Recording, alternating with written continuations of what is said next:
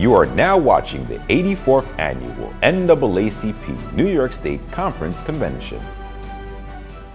Education is fundamental to development and growth. Nelson Mandela said, "Education is the most powerful weapon you can use to change the world." It is my pleasure to introduce Christine Waters, Education Chair for the New York State NAACP Conference. Please tune in as she and her participants present this year's education workshop. Welcome to Education in the Age of COVID-19. This workshop is about engaging learners to manage grief, trauma, anxiety, and the return to joyful learning. To say the least, we are in unprecedented times. When schools shut down in March, after the pandemic began, we had no way of knowing that it would be ongoing for the foreseeable future. Prior to the pandemic, educators had often asked for their parents to give their children vitamin T, time. And when the schools shut down, that is exactly what we had more of. Parents are their children's first teachers. But parents attempting to balance work and helping their children with curriculum, they were unfamiliar with the pressure that was put on everyone to step up in ways that we had never anticipated. Over the course of this difficult time, we have all had to cope with family and friends dying, becoming ill, placed in quarantine, losing their jobs, or dealing with the pressures of working from home. And at the office of the NAACP, our phones began to ring as anxious parents, educators, and caregivers became full-time teachers. Some parents have been forced to acknowledge some of the same difficulties that teachers had been telling them about all along, could no longer say, not my child. As they prayed for patience when working with children who had special needs or behavioral issues and struggled with adapting to the curriculum and the technology. Patience, fear, trauma, and the extended hours on the computer or the lack of a computer or a device meant that there were lost moments or opportunities lost for learning. And throughout it all, no one seemed to have any answers. In fact, districts stopped answering the telephone. We all worried about the children who were experiencing food scarcity, access to Wi-Fi or devices that were necessary to connect to their teachers. Some districts were prepared, but parents, grandparents, caregivers, and teachers from historically underfunded districts struggled the most with connectivity problems, as well as the unfamiliarity of the technology and management. Testing, assessments, concerts, sports, graduations, social interactions, all shut down. And for educators, it has truly been like building an airplane while it's still in the air. President Dukes, in her wisdom, called me to say, we have to do something about this total disconnection from learning. Families are at their wits' end for themselves, for their relatives, caring for the children, and for the parents who are essential care workers to get their children reconnected to learning and plan for the reopening of school, whether it's in June, whether it's in the summer, or whether it was in September. While we were all distressed to know what was going on, we knew that this was our opportunity to address the disparities that exist in many districts in our state. We knew what all educators know, that if you fail to plan, you plan to fail. And for our children, that is simply not an option. Our first panelist today is Jeffrey Hewitt, who will represent President Dukes' NAACP New York State Education Task Force to explain the key components of the plan, which has since been shared with the New York State Education Department. Thank you, Christine, and hello. My name is Jeff Hewitt. I am the Director of Educational Projects and Initiatives for the New York State Conference of the NAACP. Thank you. Let me tell you a little bit about myself. I was born and raised here in New York City, specifically East New York. I live with my mother and brother. My mother and my grandmother were the two greatest influences in my life. They, two individuals who never had a college degree, but had a high school diploma and a commercial diploma, were the ones who instilled a foundation of making sure we have a good, sound education. Growing up in East New York in the 60s and 70s was fun, but it was also a challenging and difficult time being a black youth in New York City. We had many friends who were white and black. But the sharing that we had in our schools was the foundation which led me to become involved in education. I went to high school, Catholic high school, where I finally had my first black teacher. Then going on to college, we're having a number of black professors. There, seeing that instilled in me with a career of I wanted to become a teacher.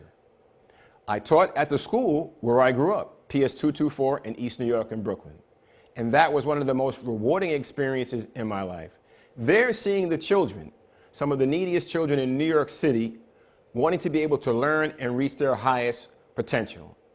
We faced a number of challenges, not having supplies, not having books, definitely had no computers at that time. But we found a way to work collaboratively together, and it was a joy teaching the children. However, some of the challenges that we still face today were same obstacles we had in the 60s, the 70s, and leading on to where we are now. Why is that? There is something wrong in this system that is allowing our children to fail. So we decided here in New York City to create the Education Task Force of finding a way to make sure that we bring equity to the table to help our children. And that is what we have here today as part of our presentation. I want to thank the Dr. Hazel Dukes for creating this task force here, where we have now reached out across the spectrum to make sure that our children have all of the tools that they need. What do I mean?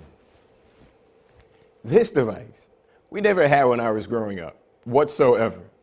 All we had was to run out to the corner, maybe go out to put a nickel in the phone booth and make a phone call. There were no ATMs. So how did you find a way to exist during that time? We collaborated together. It became a community, something that we need to now reinforce today to make sure our children succeed. And I believe that when you see our education plan, you will see some new strategic ideas that are going to make our children succeed. And I'm going to introduce you to our Task Force Education Initiative of our plan, Connect All Kids Project 2020. Again, a thank you to our committee president, Dr. Hazel Dukes, and our committee members who worked tirelessly and have done a phenomenal job of creating this particular plan of helping our students and making sure that we bring equity back to the forefront for our children. And here's the mission of what we want to make sure. Diversity and inclusion, making sure that we include all of our children here. Civic engagement, critical equity and funding, making sure that the political establishment funds education to make sure our children have the tools that they need. Character development, mental health. Why is that important? It's what we're going through now. Pandemic, staying locked up in home, remote learning. Not only for our children, but for our parents, our teachers. All need to be involved with that here. Eliminate disparities in school discipline here. All these issues, making sure our special needs students are taken care of as well. Critically important. Our initiatives here for our project. Enhance early childhood and literacy initiatives here. A learning child at a young age continues to grow up and becomes even a more astute student as well here. Ensuring school resource here. Family engagement. Teacher quality and diversity. Making sure we have established challenging and viable curriculums here. Keys for us. Every child will have free access to Wi-Fi, technology, and Chromebooks. Why is that important? If the child does not have the device at home, how can they learn? And the majority of our children are going to be at home doing remote learning. So if they have no device or have no access to Wi-Fi, how do we expect them to learn?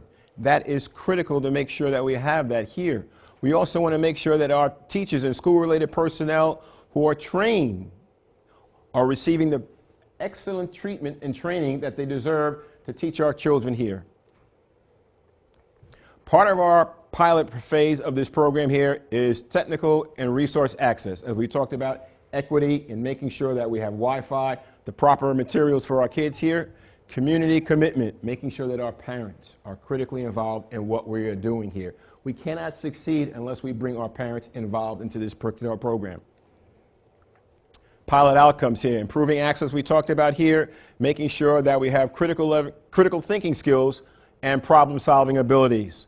Agreement to meet program requirements. Leadership will need to verify that they can meet the requirements for the success in their districts throughout New York State. Also, making sure we have the right partners for this program here. We wanted to make sure that we looked and found the best, and we believe we have. Dell Technologies, technology for students and educators, and when we say these, we also mean our parents, who are critically important of making sure that their children receive the best and reach highest heights.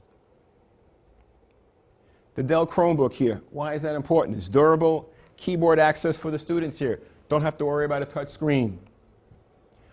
Another one of our partners, the STEM Happens Network, critically teaching for our children here in terms of STEM, science, technology, engineering, and math. But not just only those subjects, but enhancing the overall program of all subjects for our kids and creating exciting new professional developments for the teachers. Here's a part of their program here, overview of their support here, development of in-person, hybrid, or remote learning processes here, part of the webinars that they have here of working with our community. Another one of our partners, NearWorld, Learning Without Limits, game-based technology, another new exciting way for our children to become more involved and learn. In terms of making sure that we have a variety of tools in our toolbox to teach our children. Story-based learning here. Also, support systems here. Engaging our children. Be able to assess them so that you can educate them to their fullest capabilities. Critically important for us here. Story characters here, of making the kids more exciting to becoming involved in the story here. Not just words on a page, but the characters bringing it to life. As you see here, the explorers letting you know how we can enhance and learning here. Another one of the things we have here, task-based games. Why is that important? As you see here, differentiated levels of instruction. Why is that so important? As you know, all children do not learn on the same level. We are able to make sure that our children here are placed at the respective levels they are at home while we're doing the remote learning as well in school. Again, learning their phonics, critically important, level-based instruction. Again, which is important because all children do not learn at the same level. Analytics, time on task. What does that mean? Well, we're at home in remote learning. We need to know how long has the child been working and what is their score. Parents will now be able to see on the rubrics here for their child what they're doing. It's also important for parents to be able to know what their child is doing, so should they have any questions, they can speak directly to their teacher of some of the struggles that their child might be having or some of the successes that their child might be having in school or at home. One of the other key phases of our program for our parents, getting them to understand about remote and hybrid learning. What are some of the strengths of remote learning? What are some of their concerns? As we now see, the greatest concerns. Why? My child might not have a device. I don't have Wi-Fi. I don't have access to the internet. Who's going to help me? These are the things that we need to work with our parents here. Also, how's the child doing? We want to be able to see connecting them to socially and emotionally. Now, why is that important? Because right now with remote learning, many of our children are struggling. They're missing out on valuable in-person education, which is critically important for them. However, if we can continue to be able to work with them and give parents different strategies to help them improve at home, we will be able to succeed. And support for our parents here. Is your child pursuing their interests here? What support does your child need? We need to hear from the feedback from the parents and the community What specifics do you need so that we can make sure that those areas of support are given to you? And we are a community. What does that mean? It's a community-based approach. You've heard the expression, it takes a village to raise a child. So why is that important? Because we cannot do it alone. Teachers can't do it alone. Parents can't do it alone. We all have to work collaboratively together, become one cohesive unit to make sure that our children have the best so that they can succeed. And in closing here, we never give up. I want to thank my son, Andres. He was a valedictorian in his junior high school. He had a 99.9 average. His two favorite subjects were math and science. Unfortunately, because of the pandemic, he could not give his valedictorian speech in school to his students and to the parents. So he had to give it remote. He talked about his experience in school, growing up in New York, being involved with his parents, fun, but then he also talked about the pandemic, the problems that it caused, the emotional strain it has placed on him and others. But he came up with this phrase where he says, "We never give up." What does that mean? That no matter what the challenges that we face as an individual, as parents at home, or within the community, that if we all work collaboratively together, and with the help of the NAACP, who has been partners for over 109 years of making sure that our community, our black and brown children have the best, we never give up.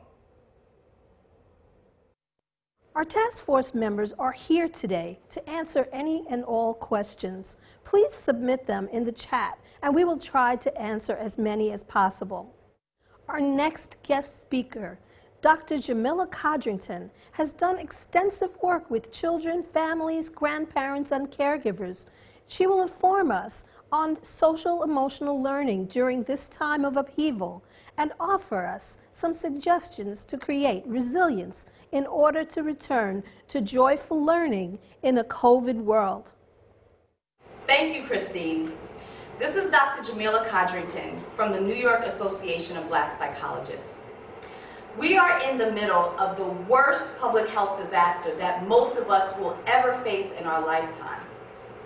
COVID has exposed for some and refined for others the major structural weaknesses in American society. The crisis has laid bare the persistent inequalities of our education system, as well as mental health disparities for people of African descent. We are suffering from the double pandemic of COVID-19 and systemic racism while navigating through the storms of police brutality and violence and growing economic inequality. These are indeed devastating times, and we must focus our energies on the vulnerable among us, our beloved children. If we face the brutal truth of what this pandemic has done to us, we realize that it is crushing us psychologically, particularly our children. COVID-19 has changed life as we know it. As our children and adolescents return to school in the era of the pandemic, they are forced to adjust to a new normal for the foreseeable future. Yet, our young learners have nothing normal going on for them. They are saddled with the emotional and psychological residue of living in a pandemic for 6 months. They are struggling with anxiety, depression, grief, and trauma that many carry with them from the pandemic. We are even seeing unprecedented spikes in suicide, particularly for our Black youth. Black youth suicide was a national crisis before the pandemic. The Congressional Black Caucus issued a report in December of 2019 showing suicide attempts by Black adolescents in both boys and girls that rose 73% from 1991 to 2017. Let's think about that for a moment. 73%. Injuries from attempted suicide increased 122% for Black boys during the same period. And while white youth still die by suicide at higher rates, the Black youth suicide rate is increasing faster than any other racial or ethnic group. Black youth under 13 were twice as likely to die by suicide than their white counterparts. So the numbers challenge the story, challenge the narrative that Black youth don't commit suicide. And many of the stories of the numbers will never get told. Additionally, for the children and adolescents who are disproportionately affected by the pandemic due to pre-existing wealth gaps, being in under-resourced homes, communities, and schools, and having caregivers who don't have the luxury of working from home to provide the necessary support, the burden is even heavier. COVID-19 is exacerbating the inequalities in our most marginalized communities, as well as the related mental health disparities amongst Black youth. Many school districts are struggling to meet the demands of the public health guidelines that allow them to reopen, particularly those from our Black and Latino communities, those lower socioeconomic communities of color that were already underfunded. They have fewer resources to procure masks, less nurses, less aides, less counselors for mental health support. Therefore, these schools have comparatively lower capacity to help students catch up academically and recover from the emotional toll of the pandemic. These are the same students who have borne the brunt of the economic, educational, and racial injustices that have been exacerbated by the pandemic. The undeniable disproportionate impact of COVID-19 on Black youth requires a targeted response. Of course, we need the federal and state interventions to strengthen economic supports that reduce the financial strain on our Black caregivers, whether they be biological parents, grandparents, aunties, people from the community that we know and love that are caring for our children, so that their ability to emotionally and physically support our children can be elevated. Of course, we need to address systemic racism and police reform. But in the spirit of Kujichagulia, which is one of our principles of Kwanzaa, the Kiswahili word meaning self-determination, what can we do to restore and awaken the resilience within our own children? Empathic listening. We must focus on creating a safe and healthy space for our youngsters to open up and express their feelings authentically, versus trying to provide answers when there aren't any, or trying to minimize their feelings or rushing in to make them feel better. For young children who have even a harder time articulating their feelings, learn to read their actions, look at their body language, and respond with more compassion versus discipline if their acting out behavior increases during these difficult times. Next, tolerate uncertainty. Our job as adults is not to provide certainty in a time of uncertainty, but to help our young people tolerate this idea that the world is not predictable, that there is no certainty at this time. For our Black youth, consider using historic lessons of their ancestors, the resilience of their ancestors, and remind them that they are living proof of their ancestors' ability to rise from the depths of systemic racism, of oppression, and of difficult times. Love up on our youth. An extra dose of love and affection can help young people cope in times of stress and anxiety.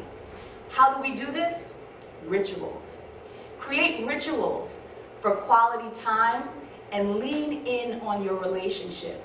Think about ways to create rituals that are in relation to your heritage, that bring forth the strengths of your household, of your family, of what's going on around you.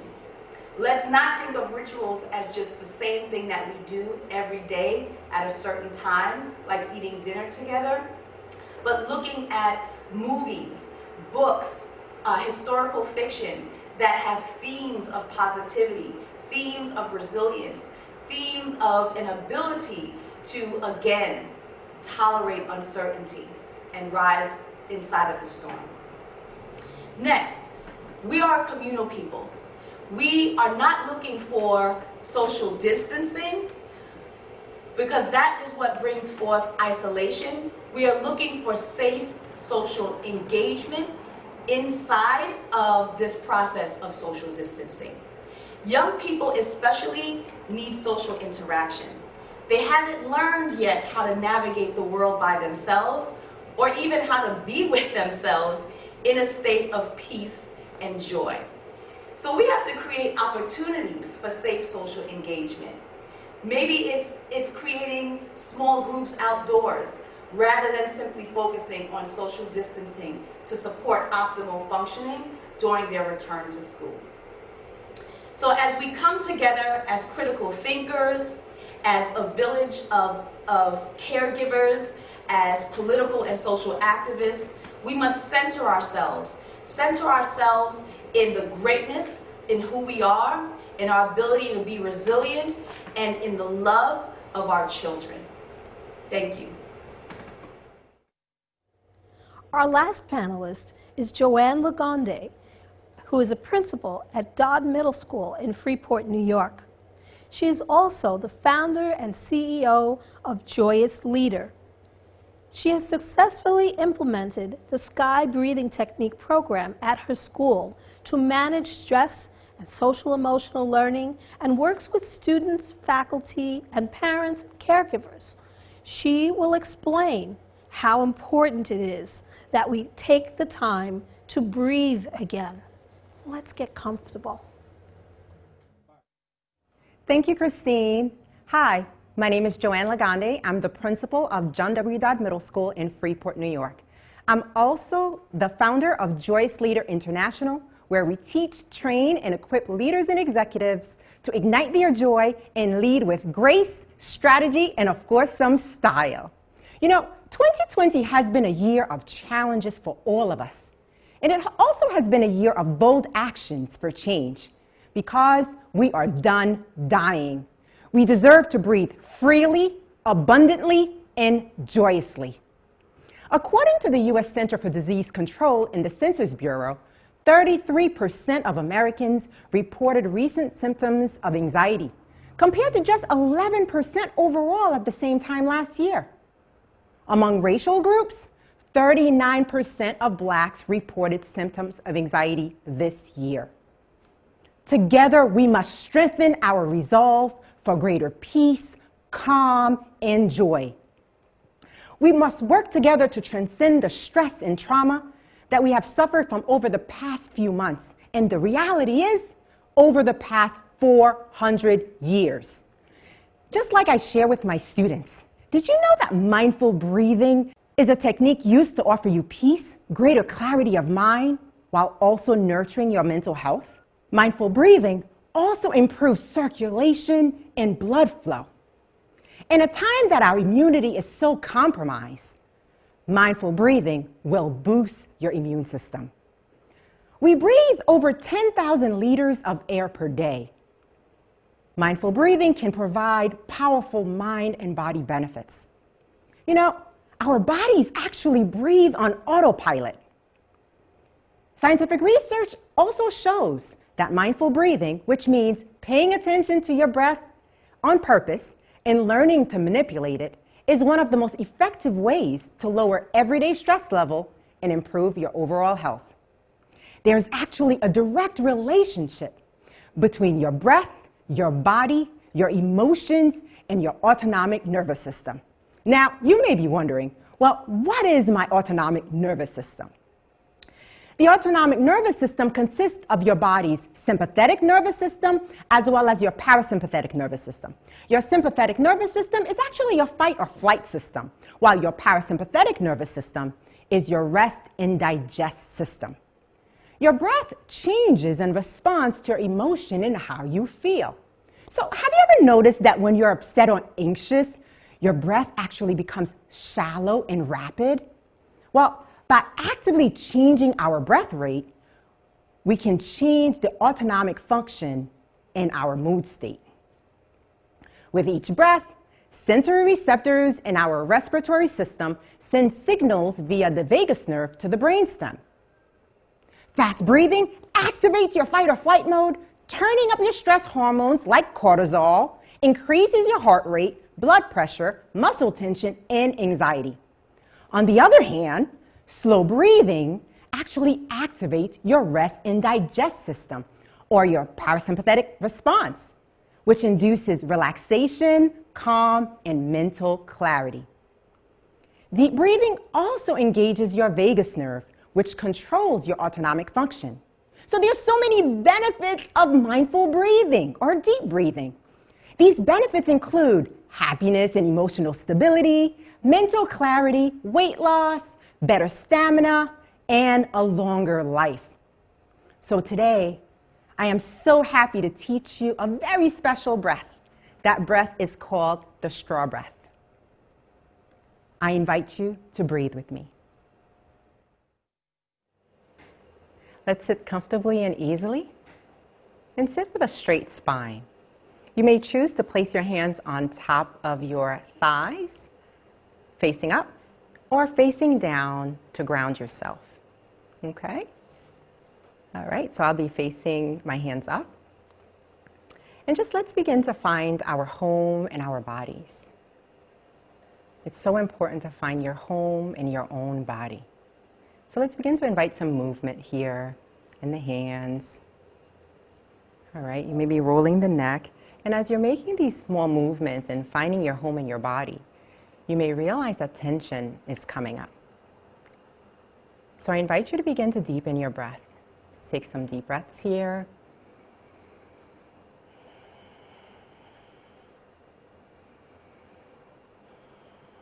In the next breath, let's take a deep breath in. And as you breathe out, I invite you to purse your lips and breathe out through the pursed lips. So breathing in and breathing out. It's as if you're breathing through a small straw in your mouth. So breathing in and breathing out through a small straw. Now that you've got the technique, let's close your eyes. Closing your eyes, breathing in. Let's see if you can breathe in 4 counts. And breathe out 6. Again, you're breathing in through your nose. And you're breathing out 6 counts through the pursed lips.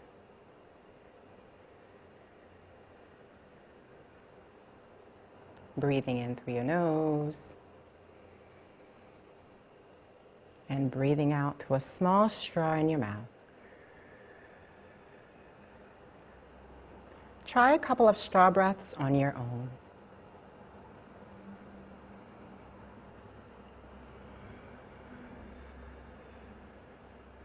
Just allow your body to completely relax.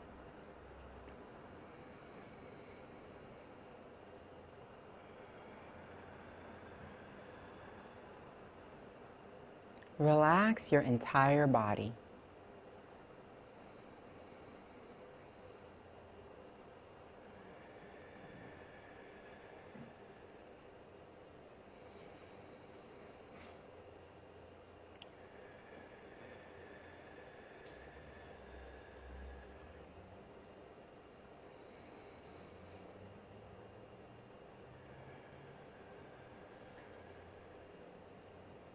At the bottom of this last breath, just allow your breath to relax. Feeling complete relaxation from head to toe. Placing a gentle smile on your face. Feeling complete gratitude for this moment. Let's take a deep breath in. Breathe out and let go. Taking another deep breath in. Breathe out and release. Taking another deep breath in. And breathe out and relax.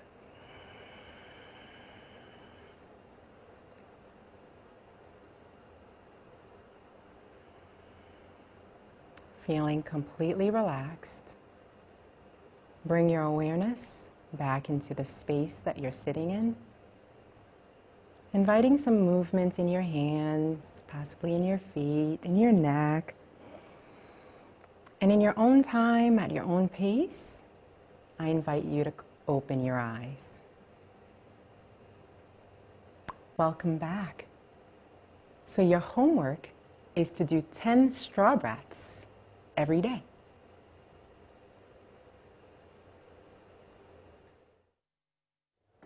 Thank you so much, Joanne Lagonde, for showing us how to breathe again.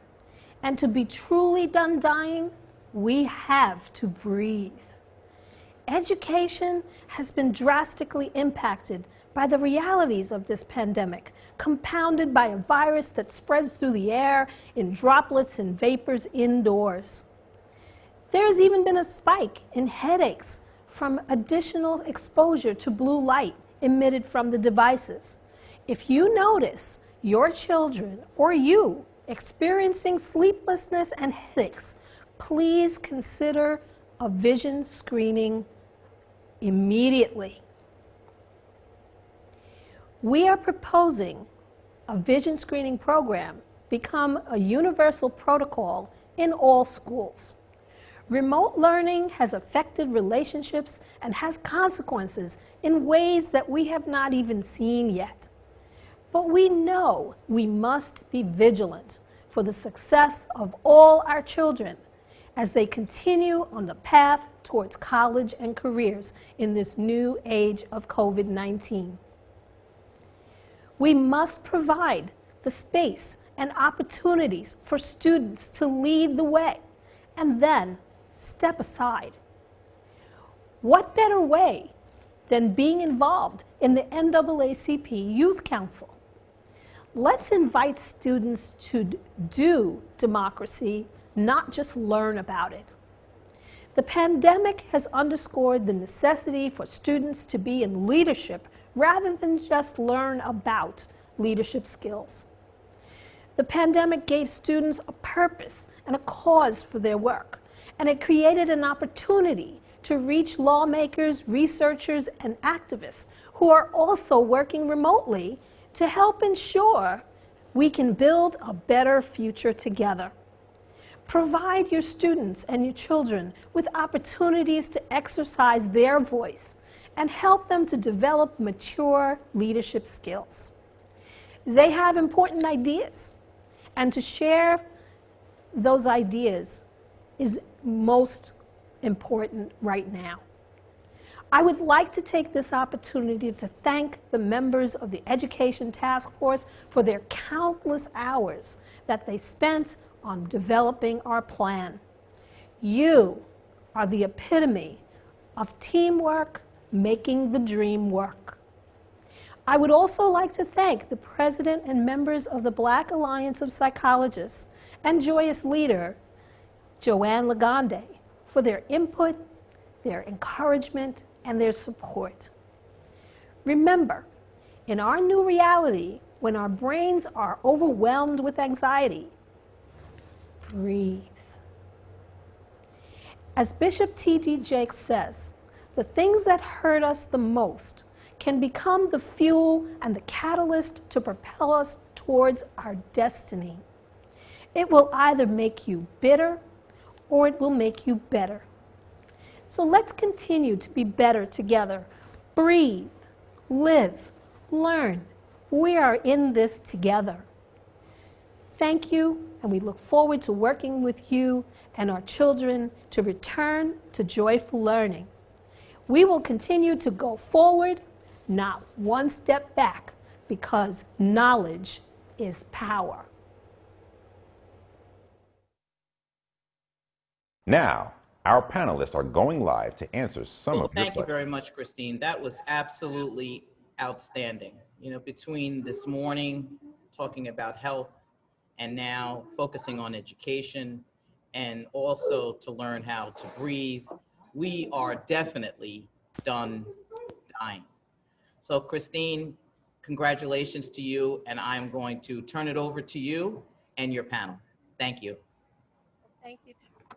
Thank you, Tracy. Thank you very much. Um, is everyone hearing me this morning? Thank you very much, Tracy, for everything that you're doing as well. Our panel is here. Our panel is here, but Dr. Codrington has another speaking engagement, so she could not be here. But they are ready to answer questions. Any questions that you have, Dr. Codrington, please submit them in the chat. If anyone has a question for our task force, please do so as well. And also make sure that you tell me what branch you're from so that we can get back to you. One of the questions that I did see in the chat was regarding whether or not we have enough funding.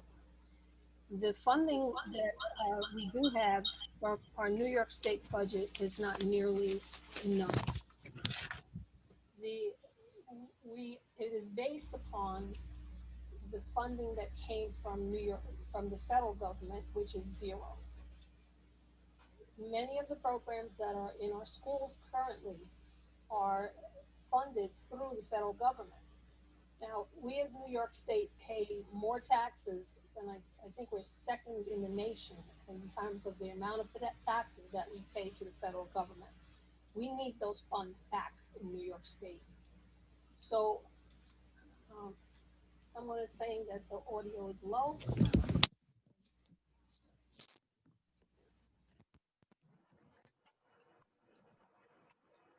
Can you hear me now?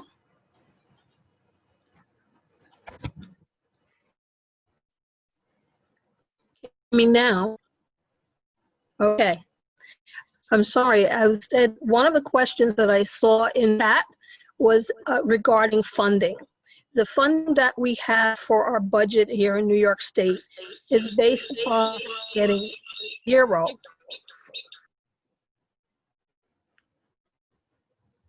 Is based upon us getting zero from the federal government. What we need right now is for the federal government to bring that money that we pay in taxes back to our state. So right now we need to be advocating for the bills that are currently going on. We need to do that. Our branches to step up to make sure that people understand that. Again, it was mentioned that we have great disparities throughout the state, and there are districts who can afford to make the upgrades that are necessary for our safety for everyone, and there are districts that do not. So someone's asking, what can we do to support childcare?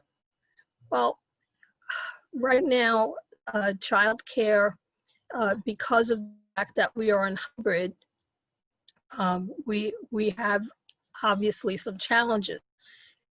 People were using schools to be childcare. Schools are more than that.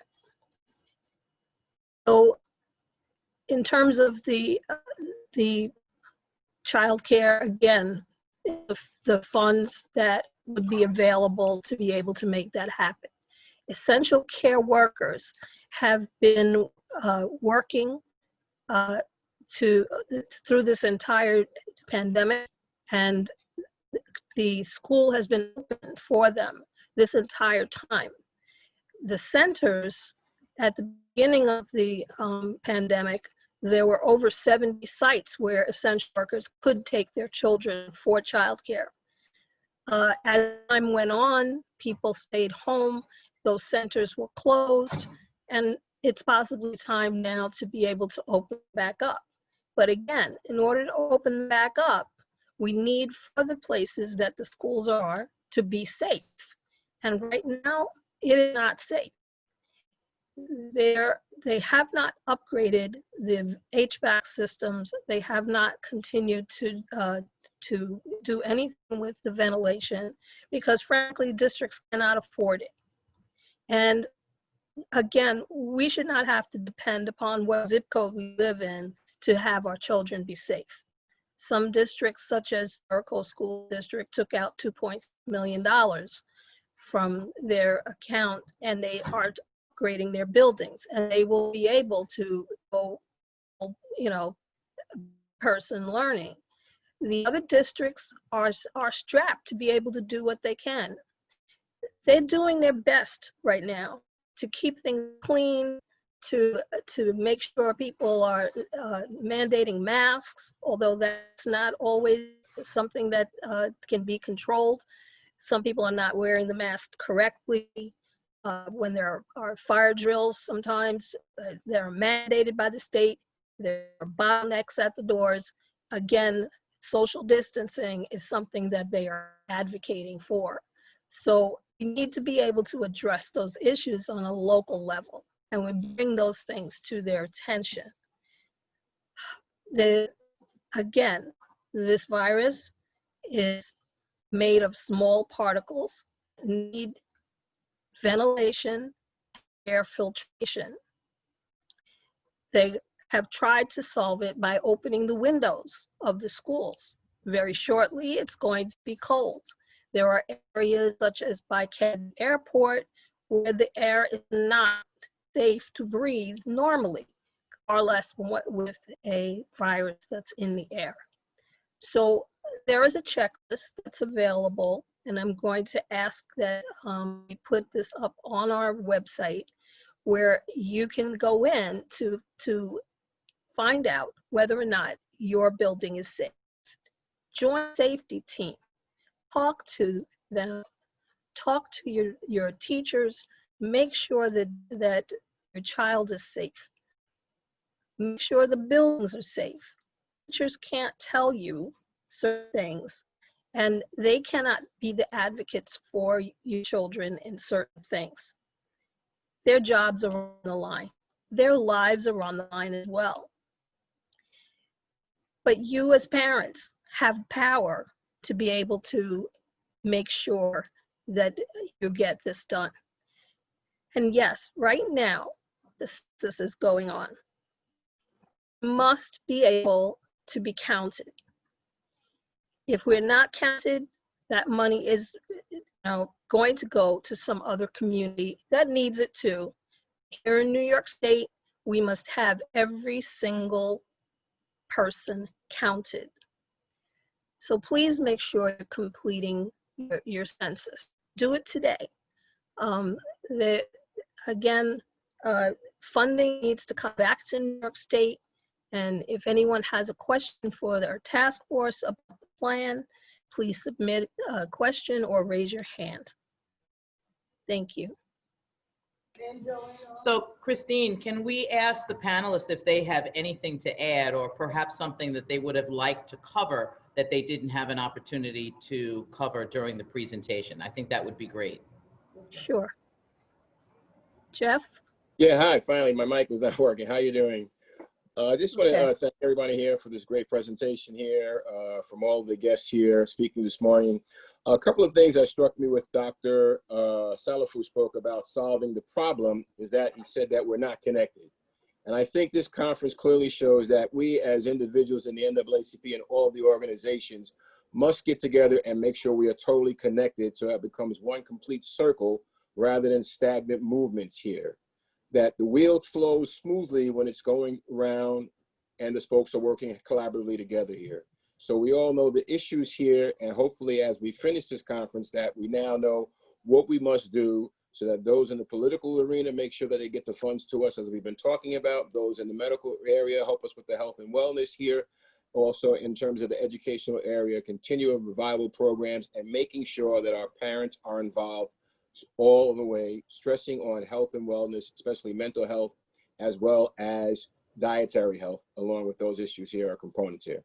And one other thing you said, Christine, about the pandemic, every school is supposed to have what is called a building response team, meaning that any kind of emergency issues, how is that handled? And parents should be asking the principal who is on that team, and then if there's any kind of issues with COVID or any kind of emergency, what is the protocol plan in place to make sure that my child will be safe?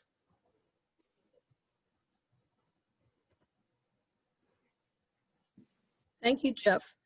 One of the things, people who was on our task force was Dr. Brenda Triplett, and she is works at the Children's Aid Society. Is Brenda on this morning? Okay. We have had a huge issue with children who are homeless, not being able to have devices or being housed in places where there is no Wi-Fi service. How can we get those children's needs met? That's what I would really like to know. And Jeff, after you answer the question, if you could kick it over to Joanne and have her give us some information on how else and what else that we can do to encourage the breathing. Absolutely. With respect to that, that's a great question for everyone here. What we're trying to do at work in New York City is with NYS, the New York Housing Authority, in terms of finding ways of making sure that hotspots are available and more internet access is available throughout the city and the state here. So that's an area where we must continue to lobby with all of our politicians, the governor, as long as this Speaker Cousins and also Speaker Hasty, to make sure what can be done so that funds are given so that we can have hotspots available throughout our community. Also, with respect to the various corporations such as Spectrum, Verizon, they control Wi-Fi in the community. Now, they did give us some of that before, but now they've cut that off. Why? We are one of their biggest consumers, giving them billions of dollars every year because of our phones and everything we have. So we must be able to find a way where they can give those parents access after school, even if it's on a prorated basis here of a number of hours per day, so that their child can go online to be able to have access for Wi-Fi as well as internet access here for hotspots. So those are areas that we as an organization must continue to lobby for the politicians. But not only that, some of our people who are working with us here, as I say, Verizon, Spectrum, they also have to step up to the plate to help out. Because again, the children of today are the future workers in Spectrum and Verizon for tomorrow.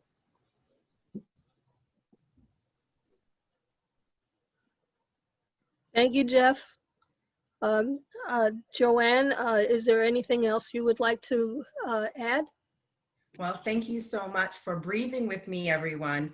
We realize that our breath is the most essential tool that we have been given by our Creator to live, right? And so when we really connect with that true nature of who we are, it helps us to relieve stress. Because in the midst of stress, we make decisions that we are unaware of. In the midst of stress, we make destructive decisions. In the midst of stress, we act out of violence. In the midst of stress, so much happens. So when we begin to manage our stress using a free tool available to us 24/7, we're in a better state. And teaching that tool from birth to our children is the greatest gift that we can give them. And we begin with ourselves, right? We begin with ourselves by taking our own deep breaths. Now in schools, when we're unaware of the importance of our children's minds, their mental health, their social emotional learning, it becomes destructive. We see that every day. And so we're very thankful for the leaders who recognize the importance of social emotional learning, mental health through these practices and these central practices of breath. In our school district, we've partnered with an organization called Sky Schools that offers training on breath work and using that as a way for our children, our staff, the adults to really connect with themselves, to connect their minds, their bodies, and emotions, and to activate their executive functioning, your prefrontal cortex. Because what happens is when cortisol and adrenaline floods your brain, you're not right, you're not acting in the right mind. And so the breath actually helps you to relieve a lot of that stress so that you can make better decisions. And all of us need to make better decisions, especially during these times of challenge and uncertainty.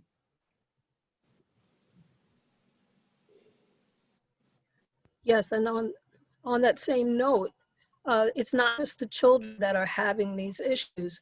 Teachers have had to work under conditions that they've never had to work before. And so I do appreciate the work that's being done in the Freeport School District and in other districts that use the sky breathing technique, because we need to relieve that stress more than any before. I have a niece who's in Texas who's trying to teach kindergarten, and she basically is in tears every day. And we as parents need to realize that the teachers are doing the best that they can. Some people are in the presentation, in the chat room, saying that there are no teachers that look like us. One of the things that we can do to encourage more teachers to want work even under these types of conditions is to support our community colleges and our colleges in order to have more African American studies, and also the awareness that needs to happen so that implicit bias doesn't happen. We all come with biases, but being able to have that kind of training and wanting to be a teacher and being able to compensate fairly for someone going into the profession, and then have the support that you need as you are working is so important. And part of being able to work right now, for instance, under these conditions, teachers are still being observed. There is a rating system that they've implemented in the state, and there are districts that are actually observing the teachers. And they're actually doing the best that they can. So we want to be able to make sure that we have opportunities to teach our children about our history. And this afternoon, we're going to be introducing some resolutions to be able to have that support. There needs to be diversity training on all levels, and not just at the teacher level, but also for professional development for parents and for our neighbors. We need to be able to be in the mode to be able to teach.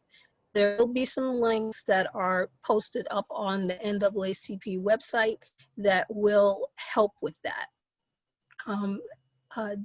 Does anyone else have any questions? No, I think that's it, Christine. Thank you so much. Okay. You had a wonderful, wonderful panel, and we want to thank both panelists for all of this interesting information. I just want to remind everyone that all of the presentations, first, the video is going to be available on the conference website, and all of the presentations will be available at the end of the week. Okay, so you will be able to get all of this wonderful information and be able to share it.